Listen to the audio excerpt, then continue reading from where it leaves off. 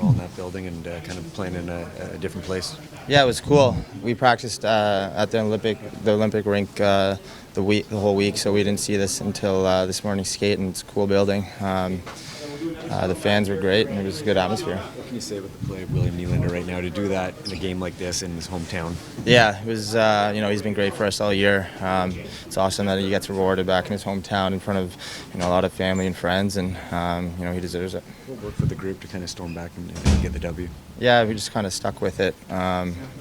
We were applying a good amount of pressure early in the third, and we kind of just kept that going through the whole game and played simple and smart. Tyler, the whole experience, I mean, you guys have a Boreas Homing patch on your shoulders. You have Matt Sundin read out the lineup, and then you see what Willie does. I mean, from start to finish, it's just been a special day. Yeah, it's been awesome. From the moment we landed, the city's beautiful, and we went out for a lot of nice dinners, and just kind of took in the city, and it's been awesome. Let's not forget either. You have some familiar faces on the other side too. What was that like? Yeah, that win felt great. What did you see on the penalty shot? What were you thinking there?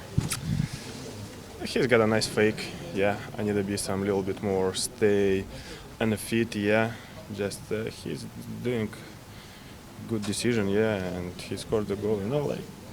We'll have what we're working tomorrow. Yeah. What did you think of Willie's game, especially the third period there? Unbelievable. What time we need him, what time we need somebody who is turn the game. This guy's all the time in the third period or something. We're so happy about Willie too.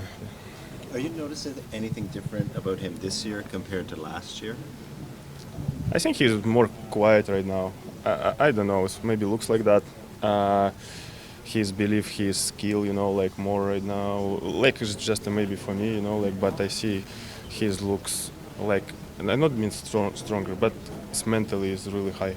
Yeah. What does it mean to the group to see Willie what does it mean to the group to see Willie have a night like this here in Stockholm, given the circumstances? It's unbelievable. I think we play these games for the Sweden guys. Yeah, we just enjoy with us too, and yeah, I'm so happy for every Sweden guy, who is see families, get some time for the families, with the friends, and I'm so happy for everybody. What was the whole day like? I mean, you've got Boreas Homing's patch on your jersey. You got Matt Sundin reading out your lineups, and then for Willie to do that, it's just pretty amazing day. Yeah, it's really good, but you don't think a lot about this because it's game day. Yeah, you're just focusing on your game, but it's amazing. Yeah, great. How about you? Where do you feel about your game right now? I don't want to talk about my game. I mean, everything is good. Yeah, how I said every time is process. Process is still going. Yeah, never stop. William, what will you remember most about tonight? I don't know. Family being here, the Swedish fans, I think was very special and a lot of fun for sure. And then obviously the win that we were able to pull off after, I think, slow 2 periods. Well, you mentioned your family. Made a big deal about your grandmother seeing you for the first time. Did you see her before the game? You're going to see her after the game. Walk us through a little bit of what that relationship's like. I haven't seen her yet since I got here, so hopefully she's still in the stands waiting for me. What was it like to play for her tonight, though? Yeah, of course, very special. I mean, for the first time she was able to see me play in the NHL, so very special game for me. Right side, second row, Mike. Willie, talk a little bit about the entire day. I mean, Boreas Homing, you take the ceremonial face-off with Boreas Homing's son. You've got his patch on your jersey. Matt Sundin reads the lineup and gives you guys a speech. And then to go out and get 3 points and the win. I mean, could there have been any better Hollywood script than how it played out? Maybe putting in the empty netter would have been better, but no, it was a great day for sure. I mean, very special day for all the Swedes on our team, and I mean, obviously the history that the Leafs have with Swedish players. So it's a very special day for sure. On the right side, second row. Merle's from Game Notes. I couldn't help but notice, but the first goal and the third goal came from the blue paint from the mixer. Is that something you work on or think about and get pucks there and bodies there? I just think that's the kind of the way the game was going for us. Nothing was really clean. Everything was just kind of sliding off our stick or whatever. So we had to get there to get a couple dirty ones, I guess. Second row, Andrew. Another game with a point. That's every game this year. The consistency to be able to do that and doing that in the third period after a couple of difficult periods for you guys. What does that say about being able to do that again? Sorry? What does it say to continue the streak after what was a tough couple periods? Yeah, look, I mean, the streak for me is now, it is what it is. I'm just focusing on working hard, and I mean, if there's a point that happens, it happens. But I mean, the most important thing is that we get the win. John, first, your thoughts on the game. You kind of looked the team looked a little disjointed to start, but then I guess your line with Willie leading it there sort of took over in the third.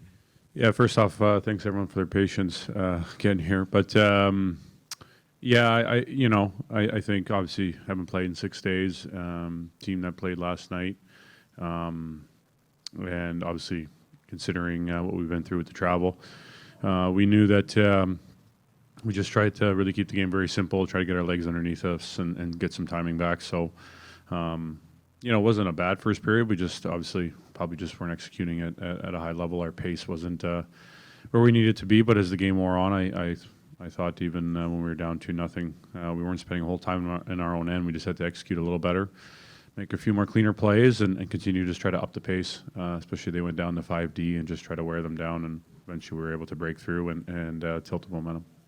Right side, third row. John, I asked you this morning about players hardest to play against in the league, and you said you got a couple of great players as well. How would you describe the performance by William today? Yeah, whether it's today, which obviously was really special for him, just being at home and having the night that he did. I think it's pretty evident what he's done, over the last 15 or 16 so months here, put himself, I think, in the conversation with the best players in the game. He continues to show on a nightly basis how dominant he is and the game breaker that he can be, and just playing at a real elite level. Obviously, he's hot right now and leading the way for us. All the way over here on the right, Luke. John, can you describe what it meant to the team to have Matt Sundin give a little pregame speech and maybe share what his message was to you guys? He was fantastic. I think that was pretty cool. I think, especially for the Ontario guys that watched him growing up and idolized Matt's and certainly all our Swedes. So what he means to this organization, his track record, and what he did for a long, long time. For me being captain and him being a former captain and the way he led the way is extremely impressive and something you don't take lightly and you idolize and try to mimic some of the things that he did really well. Obviously a really special player in person. So that was really cool. He just had the opening lineup and just wished us the best and just thought we were going to have a great night. So it was pretty cool having him come in. Right side, third row. John, playing in Toronto for a few years, can you tell us about Börje Salming's legacy back home in the city? Yeah, it's really special. The last couple of years, you really started to feel it, obviously, with his passing and just, some of the moments we had there with him towards the end. And you could really feel from the fans and the city, the organization, just the impact he had in Toronto, which is obviously really saying something because of the history of the Maple Leafs and how long the organization's been around and the many great players and great defensemen that have been through. So to now experience that here in Sweden as well has been really impactful for our group, especially for myself. So, we talked about it a little bit before the game, with Mats here and Börje and what they mean to the organization in Swedish hockey, and really special for us to be here and to wear the patch on our shoulder and feel that legacy and that excellence he brought to the Maple Leafs. Take one more question for John on the far right side, third row. Hi, John. Obviously, a huge game for you. Were the kids watching it back home? It's an early game for them. I hope so. Certainly, a day game back home is always a good opportunity for them to be able to catch it. So they enjoy watching hockey, so I'll give them a call here as soon as I've done talking to you guys. But, the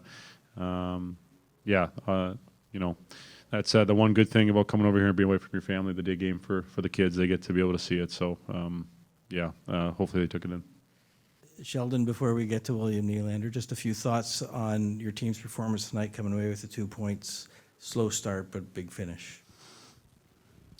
Yeah, I mean, we saved our energy and our legs. You know, we didn't have a whole lot going on in the first two periods in terms of pace and tempo, all that kind of stuff, but found it in the third period for sure and gave ourselves a chance. Felt strongly if we scored the next goal that, you know, we would have a real good opportunity, and that's the way it worked out. Over here on the right, Luke. Sheldon, whose idea was it to have Matt Sundin address the group before the game? No, we talked about it last night at dinner. You know, we just thought it was a good opportunity to let him have that moment, and then thought it's impactful as well with the group. Just, I think the connection with Sweden and Swedes is strong with the Maple Leafs, and to have Matt's address the group, I thought was really, really important and a good opportunity to, you know, sort of. It's a small token, but it's I think it gives him that moment too, and gives him a chance to address the group.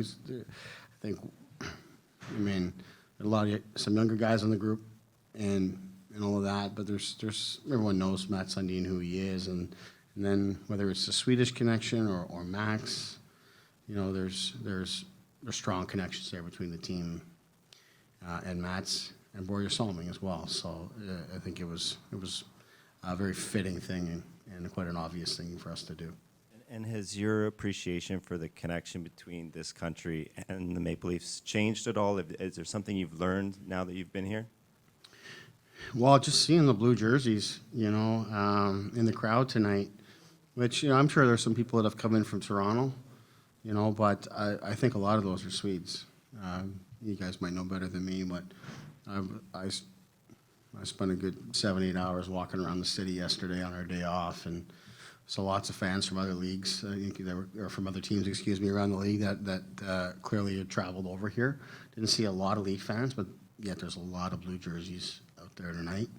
So I think that gives you a sense and a perspective of folks like Salming and Sundin and those that have come before our current crop.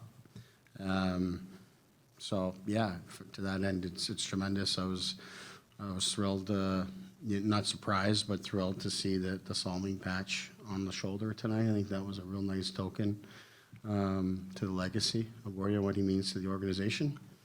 And then, you know, to have somebody like Willie come through for us in the big moments and kind of carry us through that third period with his line and the way that they played, it's a tremendous finish. Up front, Matt.